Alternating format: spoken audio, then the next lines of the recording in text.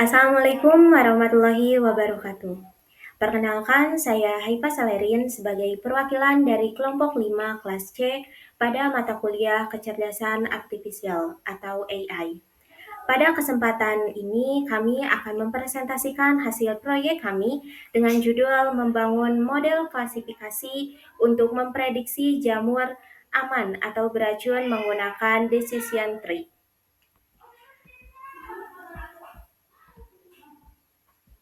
Selanjutnya, saya akan memperkenalkan anggota dari kelompok kami terlebih dahulu.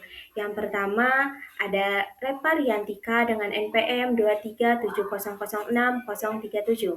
Untuk selanjutnya ada Talita Ramadhani Nur Acija dengan NPM 237006071. Dan yang ketiga, saya sendiri Haifa Salerin dengan NPM 237006075. Yang keempat, ada Ginanjar Aditya Priyanata dengan NPM 237006084. Dan anggota terakhir yaitu Muhammad Rizky dengan NPM 237006085. Untuk pembagian dari anggota kelompok di sini, jadi semua anggota terlibat dalam proses pengumpulan data, analisis, dan pengembangan model di RapidMiner. Baik, untuk selanjutnya saya akan menjelaskan terlebih dahulu mengenai tools yang kita gunakan, yaitu RapidMiner. Jadi untuk RapidMiner itu sendiri adalah sebuah software data mining yang digunakan untuk melakukan analisis data, reprocessing, pembuatan model machine learning, dan evaluasi model secara visual. Dengan RapidMiner, kita bisa membangun model tanpa harus banyak menulis kode, karena prosesnya menggunakan drag and drop melalui operator-operator yang sudah disediakan. Dalam tugas ini, RapidMiner kami gunakan untuk membangun model decision tree untuk mengklasifikasi jamur beracun atau aman dikonsumsi. Untuk selanjutnya, saya akan menjelaskan tentang cara unduh dan instalasi tools RapidMiner. Sebelum memulai pembuatan model, kami terlebih dahulu mengunduh dan menginstal tools yang dibutuhkan.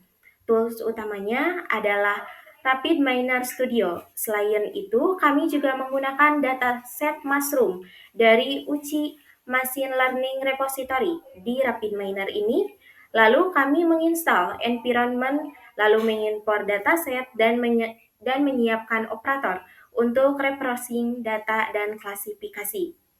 Nah, alasan kami memilih proyek RapidMiner ini dikarenakan kami bisa membangun modul secara visual sehingga proses modeling menjadi lebih mudah dan terstruktur. Baik, di sini saya akan menjelaskan mengenai cara unduh dan instalasi tools RapidMiner-nya. Langkah pertama, mengakses dari situs resmi. Untuk situs resmi RapidMiner ini, kami mengunjungi situs rapidminer.com untuk mendapatkan perangkat lunaknya.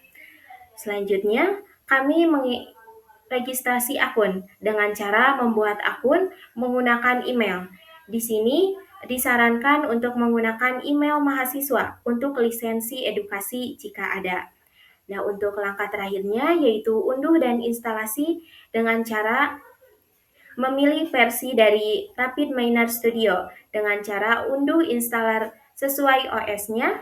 Di sini bisa memilih Windows atau Mac dan lakukan instalasi seperti biasa dengan cara next, next, dan finish. Untuk slide selanjutnya yaitu pengenalan lingkungan kerja. Pada slide ini, saya akan menjelaskan tampilan dan lingkungan kerja dari RapidMiner. RapidMiner itu sendiri memiliki area utama seperti repository, yaitu untuk menyimpan proyek dan dataset. Nah, di sini repository itu menyimpan data dengan cara import data dan menyimpan proses yang sudah dibuat.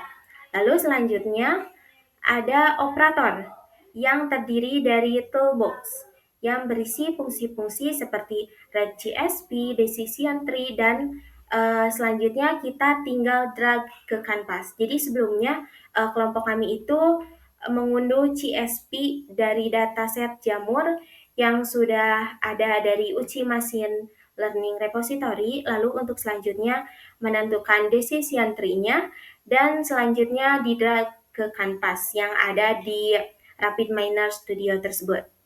Lalu untuk lingkungan kerja yang ketiga ada proses view atau kanvas, di mana kanvas ini merupakan area tengah tempat merakit alur kerja dengan menghubungkan kabel antar operator. Nah, setelah kita mengetahui tentang kanvas, ada juga tentang parameter. Nah, untuk parameter itu sendiri, yaitu panel untuk menyetel pengaturan operator yang sedang diklik. Di sini parameter itu bisa diibaratkan dengan mengubah criterion pada decision tree yang sedang kami buat. Lalu untuk selanjutnya ada inputan help atau description, yaitu panel bantuan yang menjelaskan fungsi operator jika kebingungan. Yang selanjutnya ada tombol run atau play, di mana tombol play di sini terdapat di area atas untuk menjalankan proses yang sedang disusun. Untuk warna tombol play di sini yaitu tombol berwarna biru yang ada di sekitar kanvas. Untuk selanjutnya ada view atau design dan result, di mana tab ini berfungsi untuk berpindah antara mode merakit atau desain dan mode melihat hasil atau report. Yang selanjutnya ada deskripsi persoalan kasus. Masuk ke dalam latar belakang, di mana latar belakang dari proyek kami terdiri dari 3 latar belakang. Yang pertama, ada risiko identifikasi visual, yang di mana risiko ini terdiri dari membedakan jamur aman atau edible dan beracun atau poisonous secara manual. Nah, karena kami memilih proyek ini dikarenakan apabila kami menentukan jamur secara manual itu sangat sulit, sehingga dibuatlah suatu sistem atau suatu RapidMiner untuk menentukan bagaimana jamur itu layak atau aman dikonsumsinya. Nah, untuk ke latar belakang kedua ada kebutuhan otonomi. Jadi untuk kebutuhan otonomi ini diperlukan sistem cerdas untuk mengklasifikasikan jamur secara objektif berdasarkan pola ciri fisiknya. Yang ketiga ada urgensi data, di mana menggunakan dataset standar, yaitu kami mengambil datasetnya dari UCI, di mana uji ini terdapat 8.000 sampel dari jamur-jamur berdasarkan model, warna, dan jamur tersebut layak atau tidaknya untuk dikonsumsi bagi manusia, yang mencakup 22 atribut fisik seperti bau, warna, dan untuk melatih model AI tersebut. Untuk selanjutnya ada tujuan. Tujuan dari kami membuat RapidMiner itu sendiri yang pertama ada implementasi algoritma, di mana algoritma ini yaitu menerapkan algoritma decision tree pada RapidMiner untuk prediksi otomatis pada jamur. Yang kedua ada evaluasi performa, yaitu mengubah tingkat keberhasilan model dan akurasi menggunakan confusion matrix. Yang ketiga ada analisis fitur, di mana dalam fitur-fitur RapidMiner jamur ini fiturnya yaitu menggunakan atribut paling dominan, yaitu atribut paling dominan di sini yaitu odor atau bau. Jadi kami menentukan bagaimana bau atau odor dalam bahasa ilmiahnya dalam jamur yang dimasukkan datanya ke dalam RapidMiner, yang menjadi penentu utama status racun jamur tersebut. Baik, untuk selanjutnya ada spesifikasi dari dataset jamur yang dibuat. Yang pertama, sumbernya melalui uji machine learning repository, yaitu mushroom dataset. Yang kedua, jumlah datanya terdiri dari 8.000 sampel jamur, yang terdiri dari sampel warna, bentuk, lalu beracun. Yang ketiga yaitu ada atribut. Atribut itu sendiri terdiri dari 22 ciri fisik.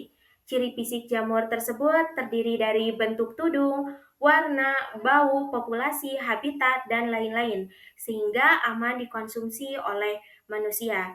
Yang keempat, ada target atau label dari jamur tersebut, di mana label ini menentukan kelas dan fungsi dari jamur-jamur tersebut. Nah, di dalam dataset jamur itu terdiri dari kolom, di mana kolom atasnya itu terdiri dari kelas-kelas. Kelas di sini bisa dibentuk dari positionless dan edible atau warna jamur. Nah, untuk setelah kolom yaitu ada tabelnya. Nah, untuk isi tabel di sini menentukan bagaimana jamur tersebut. Jadi ada warna-warna dari spesifikasi jamur tersebut. Baik, untuk selanjutnya yaitu deskripsi solusi penyelesaian kasus akan dijelaskan oleh rekan saya, Repa. Kepadanya saya persilahkan. Terima kasih. Baik, selanjutnya saya akan menjelaskan langkah-langkah instalasi RapidMiner serta penerapan studi kasus klasifikasi jamur beracun. Pertama, untuk langkah instalasi, masuk ke myrapidminer.com, lalu masuk ke tab download. Lalu pilih sesuai dengan OS masing-masing. Setelah filenya di-download, masuk ke File Explorer, lalu install AI Studio. Next. Nah, di sini pilih untuk lokasi instalasi. Karena saya sudah menginstal RapidMiner, jadi saya akan skip langkah ini.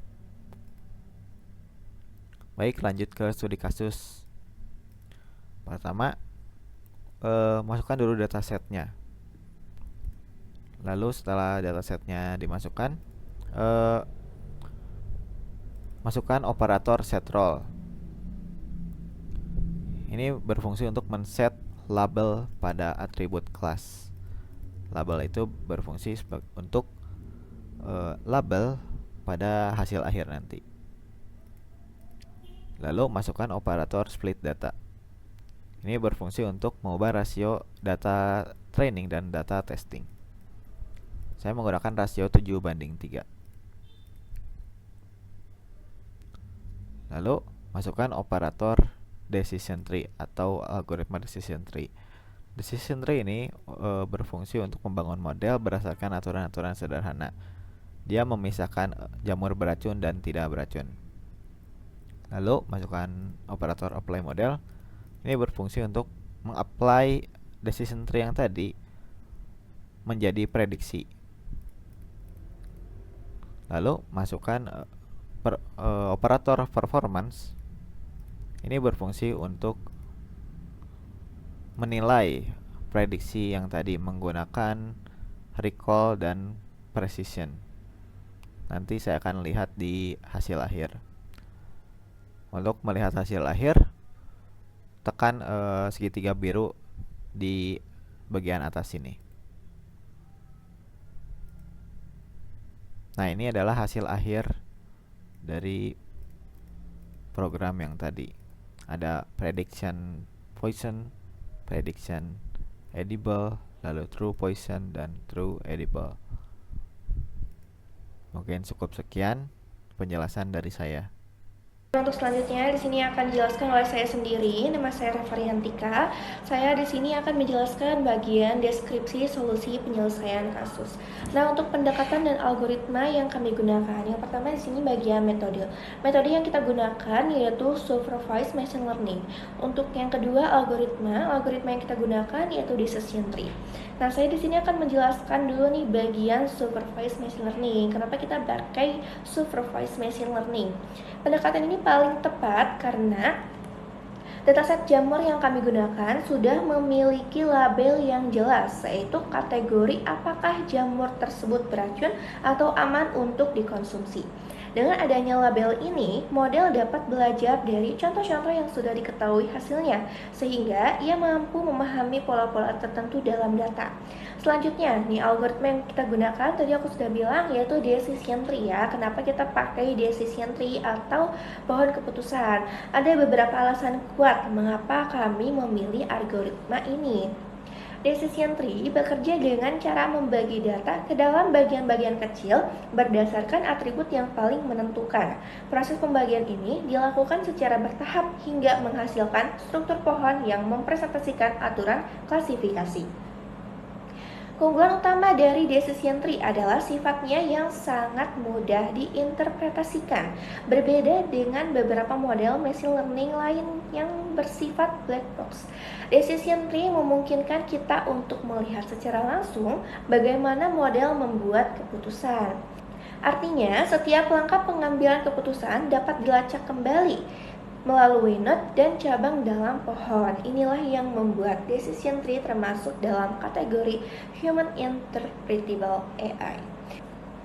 Oke, untuk dari slide yang selanjutnya, di sini itu proses implementasi. Untuk proses implementasi kami terdiri dari 5 tahapan utama. Yang pertama adalah data ingestion. Dataset kami import ke dalam RapidMiner melalui file CSV agar seluruh atribut dapat terbaca sempurna. Tahap kedua adalah feature engineering. Kami menetapkan atribut kelas sebagai label atau target yang ingin diprediksi menggunakan operator setrol.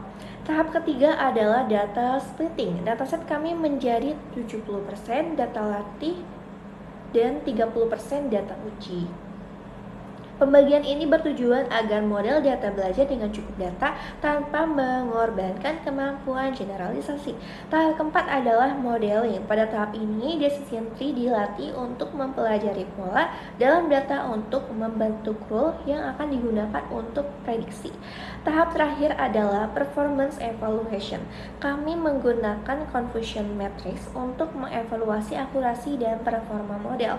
Dari sini dapat terlihat seberapa baik model dalam memprediksi jamur beracun maupun jamur yang aman. Nah, untuk gambar-gambarnya nanti akan saya tunjukkan setelah ini ya. Nah, untuk gambar yang pertama itu design view, di mana operator-operator dihubungkan untuk membentuk alur kerja data. Yang pertama itu ada dari retrieve mushrooms. Fungsinya itu operator ini mengambil dataset yang bernama mushrooms dari repository. Dataset ini dataset jamur klasik yang digunakan untuk memprediksi apakah jamur beracun atau dapat dimakan. Yang kedua ada setrol. Fungsinya itu operator ini memberitahu RapidMiner kalau mana yang menjadi target prediksi, label, dan mana yang menjadi fitur biasa. Nah, untuk split data nih yang selanjutnya, fungsinya itu membagi dataset menjadi 2 bagian, data latih, training set, dan data uji atau testing set ya. Selanjutnya ada decision tree. Ini adalah algoritma pembelajarannya. Operator ini membangun model pohon keputusan menggunakan data latih. Cara kerjanya itu, algoritma ini membuat aturan if then berdasarkan fitur jamur untuk menentukan kelasnya. Lalu ada apply model. Operator ini menerapkan model yang sudah dilatih dari decision tree ke data uji dari split data. Tujuannya itu untuk menghasilkan prediksi pada data uji. Lalu ada performance. Fungsinya itu mengevaluasi seberapa bagus model tersebut.